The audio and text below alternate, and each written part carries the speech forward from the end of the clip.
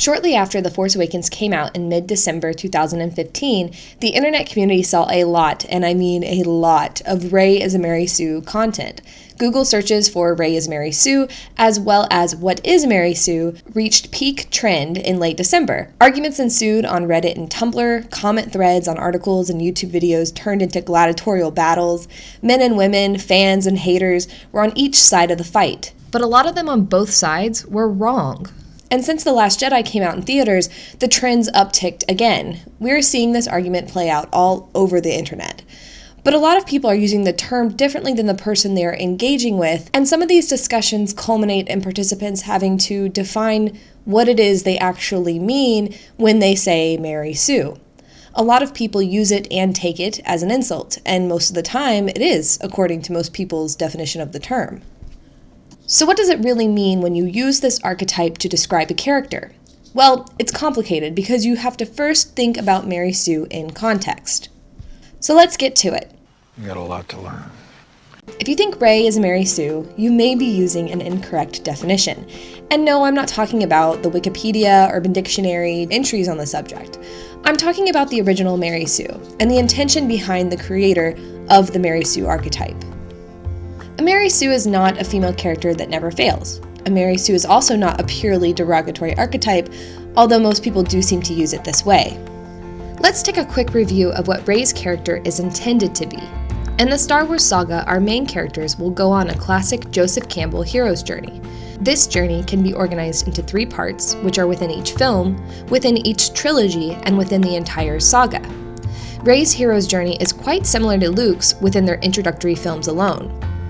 They both live in the ordinary world. They receive a call to adventure. They both initially refuse the call. They meet mentors who are both killed by the end of the film. They are tested.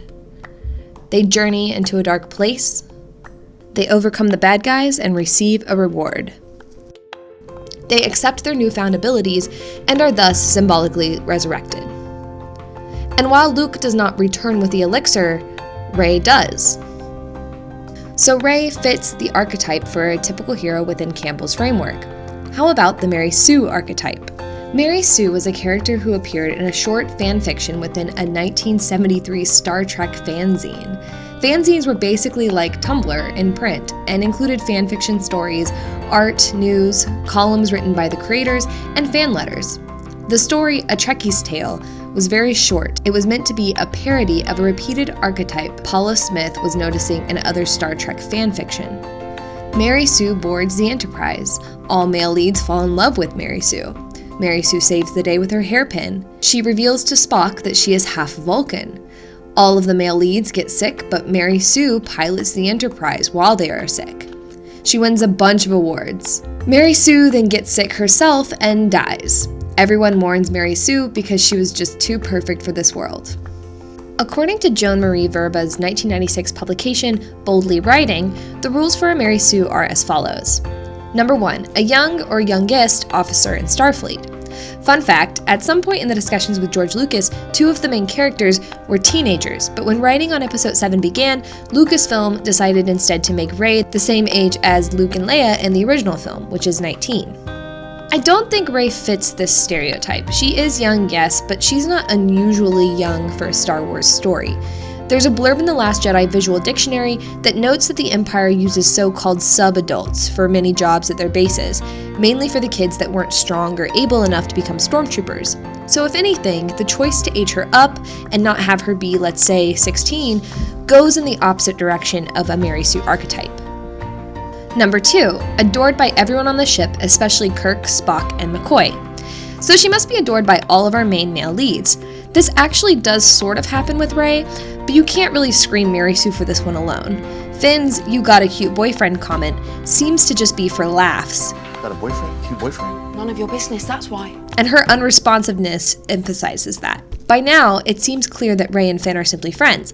Also, Han doesn't initially like Rey when he meets her, and of course I mean platonically. She has to prove herself to him in order to gain his respect and mentorship. I wouldn't say that he adored her immediately. Kylo Ren, on the other hand, is taken with Rey, but for reasons I won't get into.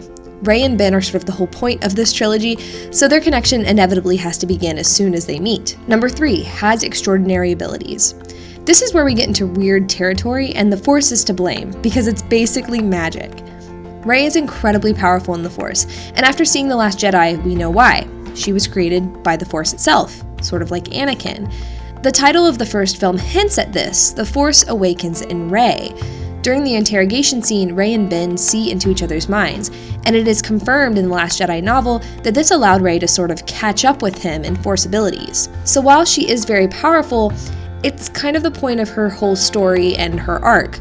Compare this with a Mary Sue who is placed in a world not with magic, but one of science fiction, who oftentimes does have impossible and even mystical abilities in a story where that does not belong.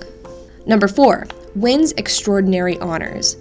Compared to Luke's ending in A New Hope, Rey gets no literal honor or reward by the end of The Force Awakens. By receiving the Falcon and being the one who journeys to go and get Luke, she does get a sort of figurative reward. But this is mainly because she is the one the lightsaber called to. She was chosen by the Force.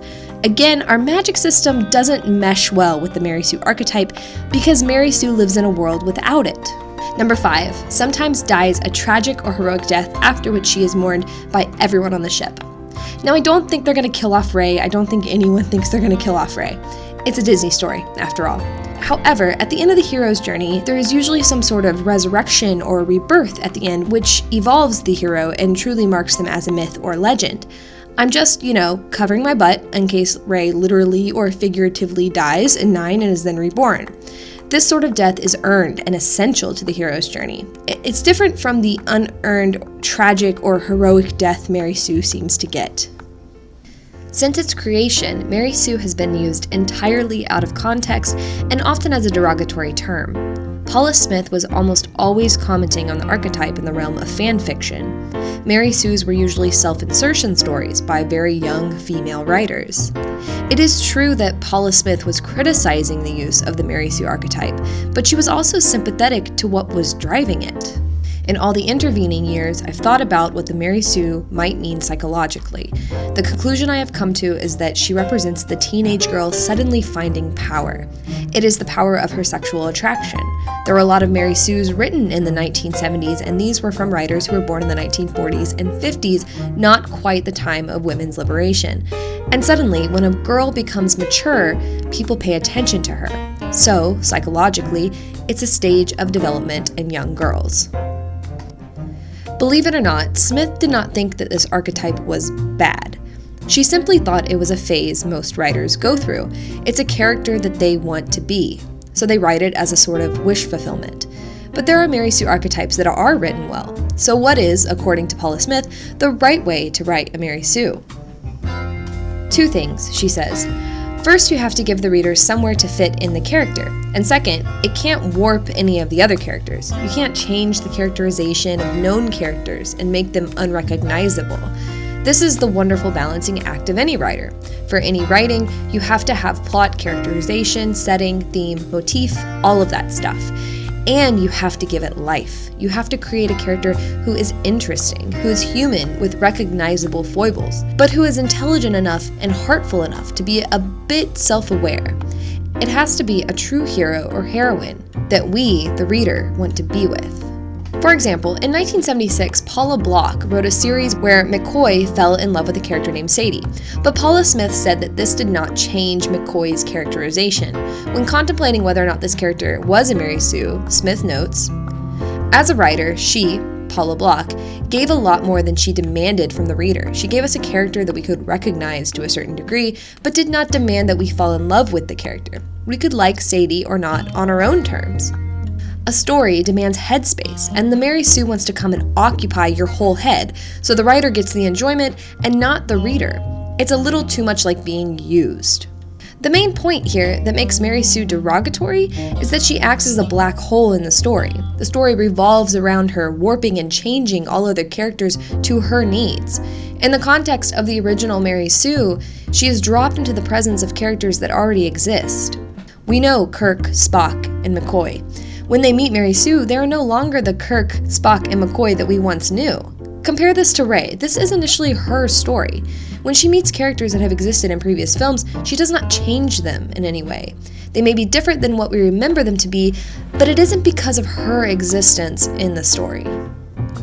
When we first meet Rey, we see her work, we see her eat, we see her struggle, fight, and mark the days on her wall to keep track of how long she's been waiting for someone. We see the dead flowers she picked on her table. We watch her pretend she's a resistance fighter. Mary Sues don't get that sort of treatment. They plop into a story demanding to be loved with minimal development, often lacking in that sort of intimacy that we get out of Rey's intro. At this point, I'm sure a lot of you are thinking, well, Rey may not be a Mary Sue, but she shouldn't have been able to learn the Force that quickly, or she didn't get beat up as much as Luke or Anakin did in the past films, or she didn't truly fail and therefore didn't develop as a character. My answers to you are, says who? Why does that bother you? And yeah, she actually did. She failed to bring back Luke and she failed to turn Ben. She learned more about the Force and about destiny in The Last Jedi. But really, what you think a character should go through is all incredibly subjective. When people began to use the archetype Mary Sue to criticize all works and not just those contained in the fanfiction world, the term was forever altered.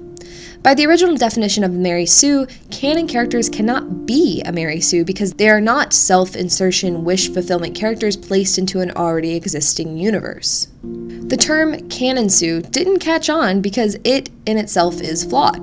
There is apparently an entire community on LiveJournal that exists for the entire purpose of pointing out why certain characters are Canon Sues that include criteria such as annoying origin, annoying way of ruining the story, and annoying special abilities. I don't know about you, but that all sounds incredibly subjective to me. Furthermore, just compare Mary Sue to the competent man archetype, coined by science fiction writer Robert A. Heinlein. The competent man is a polymath, skilled at many things, but the audience doesn't have a backstory as to why he is so skilled. He just is. Sherlock Holmes, Indiana Jones, and James Bond are all considered competent men. There are not many outright critiques of this type of stock character. Instead, people have adopted Heinlein's competent hero into an aspiring male figure. In mainstream media, the term Mary Sue has been now accepted as too perfect or good to be true. So what does that mean for those using it? And what does it mean for our female heroines and their critics? Rey is incredibly strong, smart, and all-around competent. On top of that, she has background for why she knows what she knows, why she is as strong as she is, and why she is especially strong in the Force. Why can't we, as women, adopt her as an aspiring female figure?